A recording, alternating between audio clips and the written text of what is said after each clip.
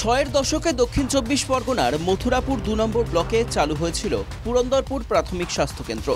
১৯৭৬ সালে ৬ শয্যার এই হাসপাতাল ১০ শয্যার হয়। সুন্দরবনের প্রত্যন্ত এলাকায় এই হাসপাতালের উপর নির্ভরশীল কয়েক হাজার মানুষ। হাসপাতালে যেমন বেড অপ্রতুল, তেমনই এখানে হয় না কোনো জটিল রোগের চিকিৎসা। এমনকি প্রসূতিদেরও নিয়ে যেতে হয় ৩৫ কিলোমিটার দূরে ডায়মন্ড হারবার মেডিকেল কলেজে। এক জনস্বার্থ মামলায় পুরন্দরপুর হাসপাতালের এই পরিকাঠামো নিয়ে রাজ্যকে ভৎসনা করেছেন কলকাতা হাইকোর্টের প্রধান বিচারপতি টি.এস. শিবজ্ঞানম।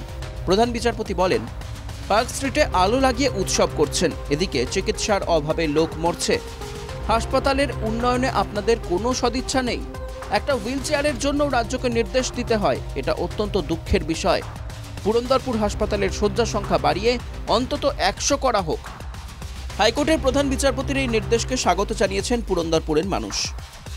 হ্যাঁ, আমরা এই রায়ের সমর্থন করি, কারণ এটা ডেভেলপ হলে আশপাশের মানুষ, গ্রাম, পার্শ্ববর্তী গ্রামের মানুষদের উন্নতি হয় এবং এটা আরও বড় হলে এখানে পরিষেবা ভালো হবে। ডাক্তার বাড়লে এখানকার মানুষদের যে পরিষেবা, এটা রায় দিয়েছে, সঠিক রায় দিয়েছে।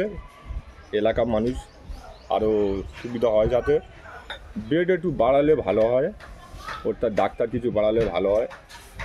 কিছু ওই অ্যাম্বুলেন্স এখানে তো নেই, অ্যাম্বুলেন্সটা দিলে ভালো হয়। মফস্বল এরিয়া, এখান থেকে আমাদের রাইদিং হাসপাতালটা ১২ থেকে ১৩ কিলোমিটার দূরত্বে আছে। আবার মথুরাপুর হাসপাতালটা ৯ থেকে ১০ কিলোমিটার দূরত্বে, এবং ডায়মন্ড হারবার এখান থেকে ৩৫-৪০ কিলোমিটার উপরে, এবং তার ম্যান পাওয়ারটা দিয়ে এটা বড় করলেই এরিয়ার মানুষের উপকার হবে।